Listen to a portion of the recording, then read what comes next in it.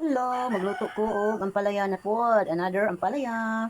Nandira akong lamas, ahos, kamatis o bumbay na ko tulo ka itlog. Butangan ako og hipon na mega mego ang akong ginisa nga ampalaya. Luto na ta. Lunod ang lamas. Dira, ay kumuto ng lamas. Dira ang atong hipon. Mega mego hipon. Hipon. Kaya, tumba. Lagi siya. Yes. Ang itlog. Yes.